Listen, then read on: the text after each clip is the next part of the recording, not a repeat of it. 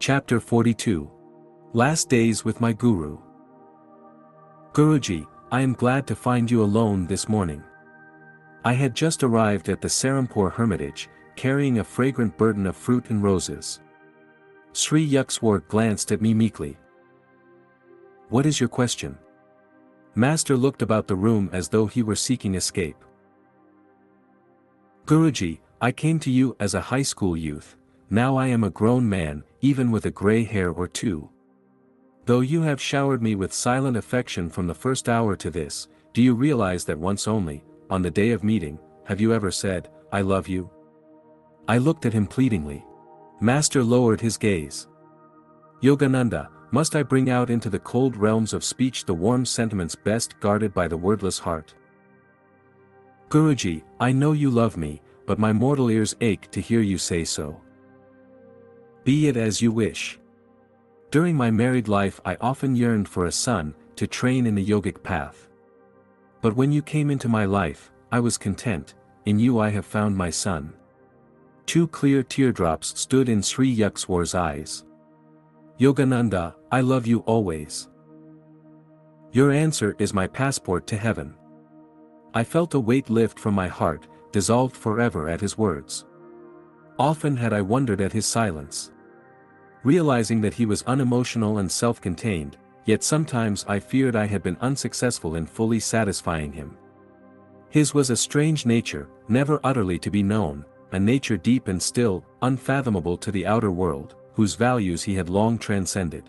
A few days later, when I spoke before a huge audience at Albert Hall in Calcutta, 𝑧𝙤𝒈𝒂𝙗𝒏𝙖𝒏 consented to sit beside me on the platform, with the Maharaja of Santosh and the Mayor of Calcutta. Though Master made no remark to me, I glanced at him from time to time during my address, and thought I detected a pleased twinkle in his eyes. Then came a talk before the alumni of Serampore College. As I gazed upon my old classmates, and as they gazed on their own mad monk, tears of joy showed unashamedly. My silver-tongued professor of philosophy, Dr. Ghoshal, came forward to greet me, all our past misunderstandings dissolved by the alchemist time. A winter solstice festival was celebrated at the end of December in the Serampore hermitage. As always, 𝑧𝙤𝒈𝒂𝙗𝒏𝙖𝒏𝙙𝒂'𝒔 decisiples gathered from far and near. Devotional sankirtans, solos in the nectar-sweet voice of 𝑧𝙤𝒂𝙗𝒏𝙖𝒏𝙙𝒂, a feast served by young disciples, Master's profoundly moving discourse under the stars in the thronged courtyard of the ashram memories. Joyous festivals of years long past. Tonight, however, there was to be a new feature. Yogananda, please address the assemblage in English. Master's eyes were twinkling as he made this doubly unusual request. Was he thinking of the shipboard predicament that had preceded my first lecture in English? I told the story to my audience of brother disciples, ending with a fervent tribute to our Guru. His omnipresent guidance was with me not alone on the ocean steamer, I concluded, but daily throughout my 15 years in the vast and hospitable land of America. After the guests had departed, 𝑧𝙤𝒈𝒂𝙗𝒏𝙖𝒏𝙙𝒂 called me to the same bedroom where once only, after a festival of my early years, I had been permitted to sleep on his wooden bed. Tonight my Guru was sitting there quietly, a semicircle of disciples at his feet. He smiled as I quickly entered the room. Yogananda, are you leaving now for Calcutta? Please return here tomorrow. I have certain things to tell you. The next afternoon, with a few simple words of blessing, 𝑧𝙤𝒈𝒂𝙗𝒏𝙖𝒏𝙙𝒂 bestowed on me the further monastic title of Paramahansa. It now formally supersedes your former title of Swami, he said as I knelt before him. With a silent chuckle I thought of the struggle which my American students would undergo over the pronunciation of Paramahansaji. My task on earth is now finished, you must carry on. Master spoke quietly, his eyes calm and gentle. My heart was palpitating in fear. Please send someone to take charge of our ashram at Puri, 𝑧𝙤𝒈𝒂𝙗𝒏𝙖𝒏𝙙𝒂𝒔 went on. I leave everything in your hands. You will be able to successfully sail the boat of your life and that of the organization to the divine shores. In tears, I was embracing his feet, he rose and blessed me endearingly. The following day I summoned from Ranchi a disciple, Swami Sebananda, and sent him to Puri to assume the hermitage duties. Later my guru discussed with me the legal details of settling his estate. He was anxious to prevent the possibility of litigation by relatives, after his death, for possession of his 2 hermitages and other properties, which he wished to be deeded over solely for charitable purposes. Arrangements were recently made for Master to visit Kitterpur, but he failed to go. Amulaya Babu, a brother disciple, made this remark to me one afternoon. I felt a cold wave of premonition. To my pressing inquiries, Sri Yukswar only replied, "I shall go to Kitterpur no more." For a moment, Master trembled like a frightened child. Attachment to bodily residence, springing up of its own nature, i.e., arising from immemorial roots, past experiences of death, Patanjali wrote, is present in slight degree even in great saints. In some of his discourses on death, my guru had been wont to add, just as a long-caged bird hesitates to leave its accustomed home when the door is opened. "Guruji," I entreated him with a sob, "don't say that. Never utter those words to me." Sri Yukswar's face relaxed in a peaceful smile. Though nearing his 81st birthday, he looked well and strong. Basking day by day in the sunshine of my guru's love, unspoken but keenly felt, I banished from my conscious mind the various hints he had given of his approaching passing. "Sir, the Kumbh Mela is convening this month at Allahabad." I showed Master the Mela dates in a Bengali almanac. "Do you really want to go?" Not sensing Sri Yukswar's reluctance to have me leave him, I went on, "Once you beheld the blessed sight of Babaji at an Allahabad Kumbh. Perhaps this time I shall be fortunate enough to see him." "I do not think you will meet him there." My guru then fell into silence, not wishing to obstruct my plans. When I set out for Allahabad the following day with a small group, Master blessed me quietly in his usual manner. Apparently I was remaining oblivious to implications in Sri Yukswar's attitude because the Lord wished to spare me the experience of being forced, helplessly, to witness my guru's passing. It has always happened in my life that, at the death of those dearly beloved by me, God has compassionately arranged that I be distant from the scene.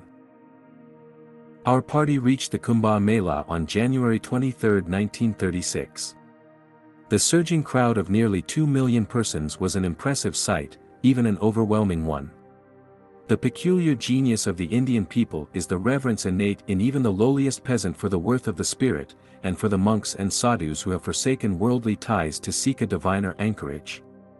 Impostors and hypocrites there are indeed, but India respects all for the sake of the few who illumine the whole land with supernal blessings. Westerners who were viewing the vast spectacle had a unique opportunity to feel the pulse of the land, the spiritual ardor to which India owes her quenchless vitality before the blows of time. The first day was spent by our group in sheer staring. Here were countless bathers, dipping in the holy river for remission of sins. There we saw solemn rituals of worship. Yonder were devotional offerings being strewn at the dusty feet of saints, a turn of our heads, and a line of elephants, caparisoned horses and slow-paced Rajputana camels filed by, or a quaint religious parade of naked sadhus, waving scepters of gold and silver, or flags and streamers of silk and velvet. Anchorites wearing only loincloths sat quietly in little groups, their bodies besmeared with the ashes that protect them from the heat and cold. The spiritual eye was vividly represented on their foreheads by a single spot of sandalwood paste. Shaven-headed swamis appeared by the thousands, ochre-robed and carrying their bamboo staff and begging bowl. Their faces beamed with the renunciate's peace as they walked about or held philosophical discussions with disciples. Here and there under the trees, around huge piles of burning logs, were picturesque sadhus, their hair braided and massed in coils on top of their heads. Some wore beards several feet in length, curled and tied in a knot. They meditated quietly, or extended their hands in blessing to the passing throng. Beggars, maharajas on elephants, women in multicolored saris, their bangles and anklets tinkling, fakirs with thin arms held grotesquely aloft, brahmacharis carrying meditation elbow props, humble sages whose solemnity hid an inner bliss. High above the din we heard the ceaseless summons of the temple bells. On our second Mela day my companions and I entered various ashrams and temporary huts, offering pranams to saintly personages. We received the blessing of the leader of the Giri branch of the Swami order, a thin, ascetical monk with eyes of smiling fire. Our next visit took us to a hermitage whose guru had observed for the past 9 years the vows of silence and a strict fruitarian diet. On the central dais in the ashram hall sat a blind sadhu, 𝒀𝙁𝒑, profoundly learned in the Shastras and highly revered by all sects. After I had given a brief discourse in Hindi on Vedanta, our group left the peaceful hermitage to greet a nearby Swami, Krishnananda, a handsome monk with rosy cheeks and impressive shoulders. Reclining near him was a tame lioness. Succumbing to the monk's spiritual charm, not, I am sure, to his powerful physique, the jungle animal refuses all meat in favor of rice and milk. The Swami has taught the tawny-haired beast to utter aum in a deep, attractive growl, a cat devotee.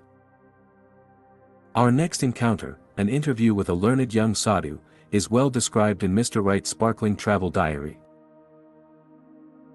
We rode in the ford across the very low Ganges on a creaking pontoon bridge, crawling snake-like through the crowds and over narrow, twisting lanes, passing the site on the river bank which Yoganandaji pointed out to me as the meeting place of Babaji and Sri Yukteswari.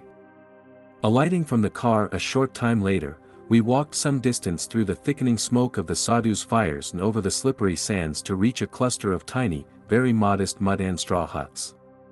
We halted in front of one of these insignificant temporary dwellings, with a pygmy doorless entrance, the shelter of 𝒀𝙁𝒑, a young wandering sadhu noted for his exceptional intelligence. There he sat, cross-legged on a pile of straw, his only covering and incidentally his only possession being an ochre cloth draped over his shoulders. Truly a divine face smiled at us after we had crawled on all fours into the hut and pronamed at the feet of this enlightened soul, while the kerosene lantern at the entrance flickered weird, dancing shadows on the thatched walls. His face, especially his eyes and perfect teeth, beamed and glistened. Although I was puzzled by the Hindi, his expressions were very revealing. He was full of enthusiasm, love, spiritual glory. No one could be mistaken as to his greatness. Imagine the happy life of one unattached to the material world, free of the clothing problem, free of food craving, never begging, never touching cooked food except on alternate days, never carrying a begging bowl, free of all money entanglements, never handling money, never storing things away, always trusting in God, free of transportation worries, never riding in vehicles, but always walking on the banks of the sacred rivers, never remaining in one place longer than a week in order to avoid any growth of attachment. Such a modest soul, unusually learned in the Vedas, and possessing an MA degree and the title of Shastri, Master of Scriptures, from Benares University. A sublime feeling pervaded me as I sat at his feet. It all seemed to be an answer to my desire to see the real, the ancient India, for he is a true representative of this land of spiritual giants. I questioned 𝒀𝙁𝒑 about his wandering life. Don't you have any extra clothes for winter? No, this is enough. Do you carry any books? No, I teach from memory those people who wish to hear me. What else do you do? I roam by the Ganges. At these quiet words, I was overpowered by a yearning for the simplicity of his life. I remembered America, and all the responsibilities that lay on my shoulders. No, Yogananda, I thought, sadly for a moment, in this life roaming by the Ganges is not for you. After the sadhu had told me a few of his spiritual realizations, I shot an abrupt question. Are you giving these descriptions from scriptural lore, or from inward experience? Half from book learning, he answered with a straightforward smile, and half from experience. We sat happily a while in meditative silence. After we had left his sacred presence, I said to Mr. Wright, he is a king sitting on a throne of golden straw. We had our dinner that night on the Mela grounds under the stars, eating from leaf plates pinned together with sticks. Dishwashings in India are reduced to a minimum. 2 more days of the fascinating Kumbh, then northwest along the Jumna banks to Agra. Once again I gazed on the Taj Mahal, in memory Jitendra stood by my side, awed by the dream in marble. Then on to the Brindaban ashram of Swami 𝒂𝒑𝒏𝙖𝒏𝙖𝒏𝙙𝒂. My object in seeking out 𝒂𝒑𝒏𝙖𝒏𝙖𝒏𝙙𝒂 was connected with this book. I had never forgotten Sri Yukteswar's request that I write the life of Lahiri Mahasaya. During my stay in India I was taking every opportunity of contacting direct disciples and relatives of the Yogavatar. Recording their conversations in voluminous notes, I verified facts and dates, and collected photographs, old letters, and documents. My Lahiri Mahasaya portfolio began to swell. I realized with dismay that ahead of me lay arduous labors in authorship. I prayed that I might be equal to my role as biographer of the colossal guru.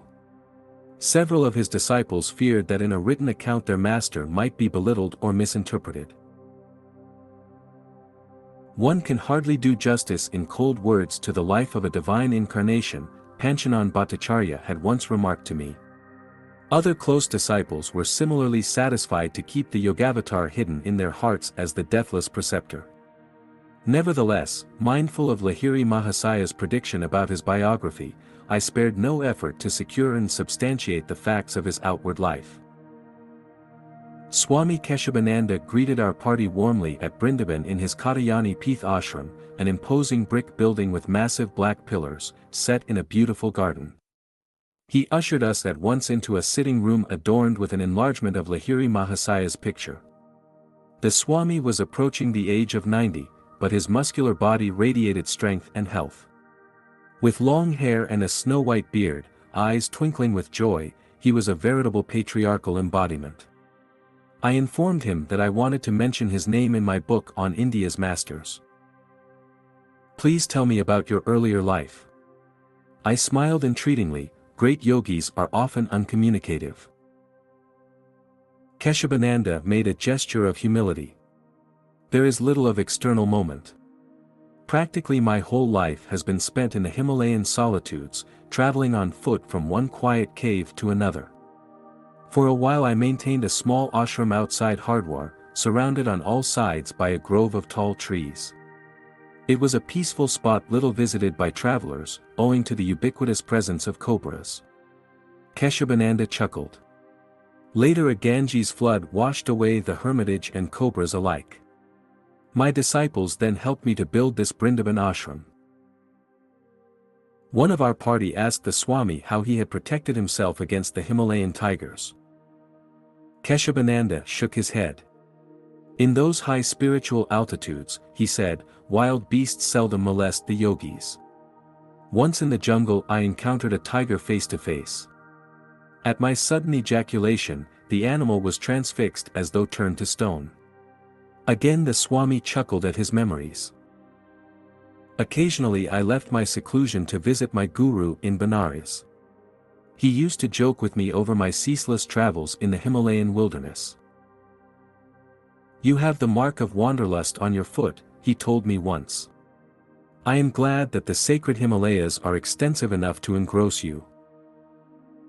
Many times, 𝒂𝒑𝒏𝙖𝒏𝙖𝒏𝙙𝒑 went on, both before and after his passing, Lahiri Mahasaya has appeared bodily before me. For him no Himalayan height is inaccessible. 2 hours later he led us to a dining patio. I sighed in silent dismay. Another 15-course meal. Less than a year of Indian hospitality, and I had gained 50 pounds. Yet it would have been considered the height of rudeness to refuse any of the dishes, carefully prepared for the endless banquets in my honor. In India, nowhere else, alas, a well-padded Swami is considered a delightful sight. After dinner, 𝒂𝒑𝒏𝙖𝒏𝙖𝒏𝙙𝒑 led me to a secluded nook. Your arrival is not unexpected, he said. I have a message for you.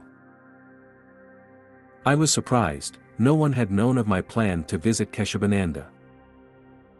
While roaming last year in the northern Himalayas near Badranarayan, the Swami continued, I lost my way. Shelter appeared in a spacious cave, which was empty, though the embers of a fire glowed in a hole in the rocky floor. Wondering about the occupant of this lonely retreat, I sat near the fire, my gaze fixed on the sunlit entrance to the cave.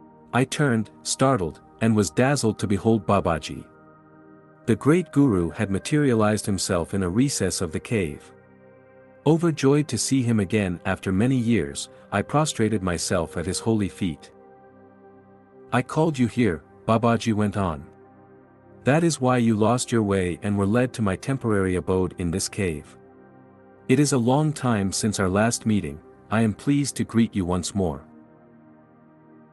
The deathless master blessed me with some words of spiritual help, then added, "I give you a message for Yogananda. He will pay you a visit on his return to India. Many matters connected with his guru and with the surviving disciples of Lahiri will keep Yogananda fully occupied. Tell him, then, that I won't see him this time, as he is eagerly hoping, but I shall see him on some other occasion." I was deeply touched to receive from Keshavananda's lips this consoling promise from Babaji. A certain hurt in my heart vanished. I grieved no longer that, even as Sri Yukswar had hinted, Babaji did not appear at the Kumbh Mela. Spending one night as guests of the ashram, our party set out the following afternoon for Calcutta. Riding over a bridge of the Jumna River, we enjoyed a magnificent view of the skyline of Vrindavan just as the sun set fire to the sky, a veritable furnace of Vulcan in color, reflected below us in the still waters. The Jumna beach is hallowed by memories of the child Sri Krishna. Here he engaged with innocent sweetness in his lilas, plays, with the gopis, maids, exemplifying the supernal love which ever exists between a divine incarnation and his devotees. The life of Lord Krishna has been misunderstood by many Western commentators. Scriptural allegory is baffling to literal minds. A hilarious blunder by a translator will illustrate this point. The story concerns an inspired medieval saint, the cobbler Ravidas, who sang in the simple terms of his own trade of the spiritual glory hidden in all mankind. Under the vast vault of blue lies the divinity clothed in hide. One turns aside to hide a smile on hearing the pedestrian interpretation given to Ravidas' poem by a Western writer. He afterwards built a hut, set up in it an idol which he made from a hide, and applied himself to its worship. Ravidas was a brother disciple of the great Kabir. One of Ravidas' exalted cellists was the Rani of Chittor. She invited a large number of Brahmins to a feast in honor of her teacher, but they refused to eat with a lowly cobbler. As they sat down in dignified aloofness to eat their own uncontaminated meal, lo! Each Brahmin found at his side the form of Ravidas. This mass vision accomplished a widespread spiritual revival in Chittor. In a few days our little group reached Calcutta. Eager to see Sri Yukswar, I was disappointed to hear that he had left Serampore and was now in Puri, about 300 miles to the south. "Come to Puri ashram at once." This telegram was sent on March 8 by a brother disciple to Atul Chandra Roy Chowdhury, one of Master's cellists in Calcutta. News of the message reached my ears. Anguished at its implications, I dropped to my knees and implored God that my guru's life be spared. As I was about to leave father's home for the train, a divine voice spoke within. "Do not go to Puri tonight. Thy prayer cannot be granted." "Lord," I said, grief-stricken, "thou dost not wish to engage with me in a tug of war at Puri, where thou wilt have to deny my incessant prayers for Master's life. Must he, then, depart for higher duties at thy behest?" In obedience to the inward command, I did not leave that night for Puri. The following evening I set out for the train. On the way, at 7 o'clock, a black astral cloud suddenly covered the sky. Later, while the train roared toward Puri, a vision of Sri Yukswar appeared before me. He was sitting, very grave of countenance, with a light on each side. "Is it all over?" I lifted my arms beseechingly. He nodded, then slowly vanished. As I stood on the Puri train platform the following morning, still hoping against hope, an unknown man approached me. "Have you heard that your master is gone?" He left me without another word. I never discovered who he was nor how he had known where to find me.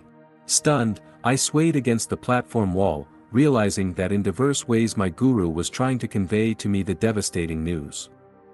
Seething with rebellion, my soul was like a volcano. By the time I reached the Puri hermitage, I was nearing collapse. The inner voice was tenderly repeating, "Collect yourself. Be calm."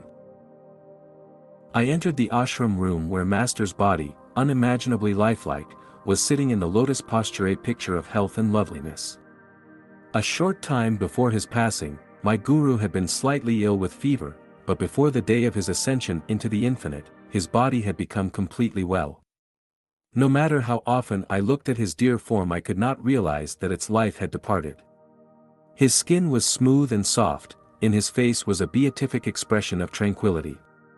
He had consciously relinquished his body at the hour of mystic summoning. "The Lion of Bengal is gone," I cried in a daze.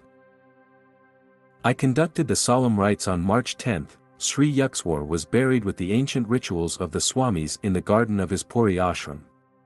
His disciples later arrived from far and near to honor their guru at a vernal equinox memorial service. The Amrita Bazar Patrika, leading newspaper of Calcutta, carried his picture and the following report. The death bandhara ceremony for Srimat Swami Sri 𝑦𝙂𝒑𝒉 Maharaj, aged 81, took place at Puri on March 21. Many disciples came down to Puri for the rites. One of the greatest expounders of the Bhagavad Gita, Swami Maharaj, was a great disciple of Yogiraj Sri 𝑧𝙤𝒒𝙤𝒑𝒠𝒻𝒀𝒐𝒪 Lahiri Mahasaya of Benares. Swami Maharaj was the founder of several Yogoda Satsanga, self-realization fellowship, centers in India, and was the great inspiration behind the yoga movement which was carried to the West by Swami Yogananda, his principal disciple.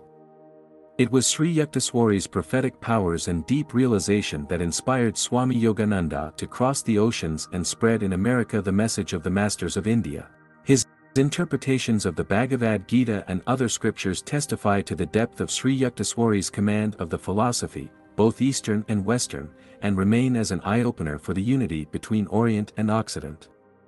As he believed in the unity of all religious faiths, Sri Yukswar Maharaj established Sadhu Sava, Society of Saints, with the cooperation of leaders of various sects and faiths, for the inculcation of a scientific spirit in religion. At the time of his demise he nominated Swami Yogananda, his successor, as the president of Sadhu Sava. India is really poorer today by the passing of such a great man.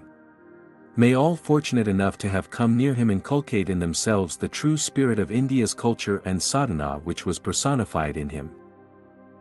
I returned to Calcutta. Not trusting myself as yet to go to the Serampore hermitage with its sacred memories, I summoned Prafulla, Sri Yukswar's little disciple in Serampore, and made arrangements for him to enter the Ranchi school. "The morning you left for the Allahabad Mela," Prafulla told me, Master dropped heavily on the Davenport. "Yogananda is gone," he cried. "Yogananda is gone." He added cryptically, "I shall have to tell him some other way." He sat then for hours in silence.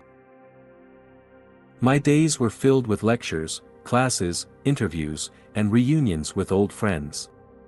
Beneath a hollow smile and a life of ceaseless activity, a stream of black brooding polluted the inner river of bliss which for so many years had meandered under the sands of all my perceptions. Where has that divine sage gone? I cried silently from the depths of a tormented spirit. No answer came. It is best that Master has completed his union with the cosmic beloved, my mind assured me. He is eternally glowing in the dominion of deathlessness. Never again may you see him in the old Serampore mansion, my heart lamented. No longer may you bring your friends to meet him, or proudly say, "Behold, there sits India's Jnanavatar." Mr. Wright made arrangements for our party to sail from Bombay for the West in early June. After a fortnight in May of farewell banquets and speeches at Calcutta, Miss Bletch, Mr. Wright and myself left in the Ford for Bombay. On our arrival, the ship authorities asked us to cancel our passage, as no room could be found for the Ford, which we would need again in Europe. "Never mind," I said gloomily to Mr. Wright. "I want to return once more to Puri. I silently added, let my tears once again water the grave of my guru.